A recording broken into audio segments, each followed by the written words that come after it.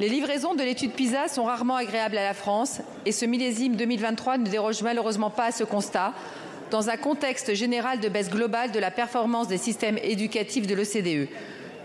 Baisse de 15 points en mathématiques et de 10 points en compréhension et de l'écrit.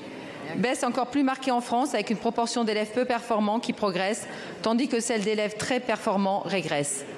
L'état de notre école, les savoirs de nos enfants inquiètent les Françaises et les Français, Monsieur le Ministre, et participent à cette désagréable impression de déclassement dont il nous parle.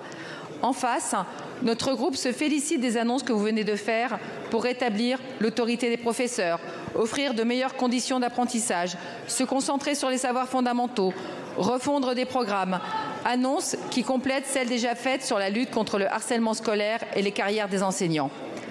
Avec lucidité, nous avons des obstacles à franchir pour gagner ce choc des savoirs que vous souhaitez initier. Certains de ces obstacles sont sociétaux, la place des écrans, la confiance dans l'avenir, la transmission parentale. D'autres sont organisationnels, un professeur face à chaque enfant, les bonnes méthodes, les bons manuels. Et les troisièmes tiennent de principes, le respect du professeur, la valeur du diplôme, le passage du concret à l'abstrait. Monsieur le ministre, sommes-nous condamnés à observer cette lente chute à chaque livraison PISA? Et comment pouvons-nous, principalement au collège, à inverser la donne?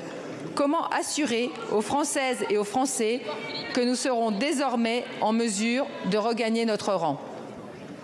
Merci beaucoup. La parole est à Monsieur Gabriel Attal, ministre de l'Éducation nationale et de la jeunesse. Merci Madame la Présidente, Mesdames et Messieurs les députés, Madame la Présidente Isabelle Roche. Parmi tous les points que vous avez évoqués, je veux m'arrêter sur la question des mathématiques. Parce qu'une grande nation, c'est une nation mathématique. Et qu'on ne peut pas se satisfaire de la chute massive du niveau en mathématiques encore constatée à l'occasion des résultats de PISA.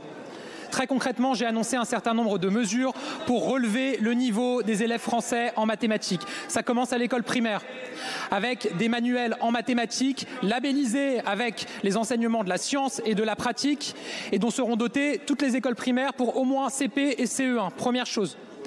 Deuxième chose, les groupes de niveau au collège, pour enfin réussir à faire progresser tous les élèves, alors même que la trop grande hétérogénéité dans les classes aujourd'hui conduit certains à stagner et empêche les autres de s'envoler. Nous aurons des groupes de niveau en mathématiques. Enfin, au lycée, avec Carole Grandjean, nous allons renforcer le volume horaire en terminale professionnelle des mathématiques, dispenser les enseignements de mathématiques et de français en petits groupes pour la seconde et la première professionnelle.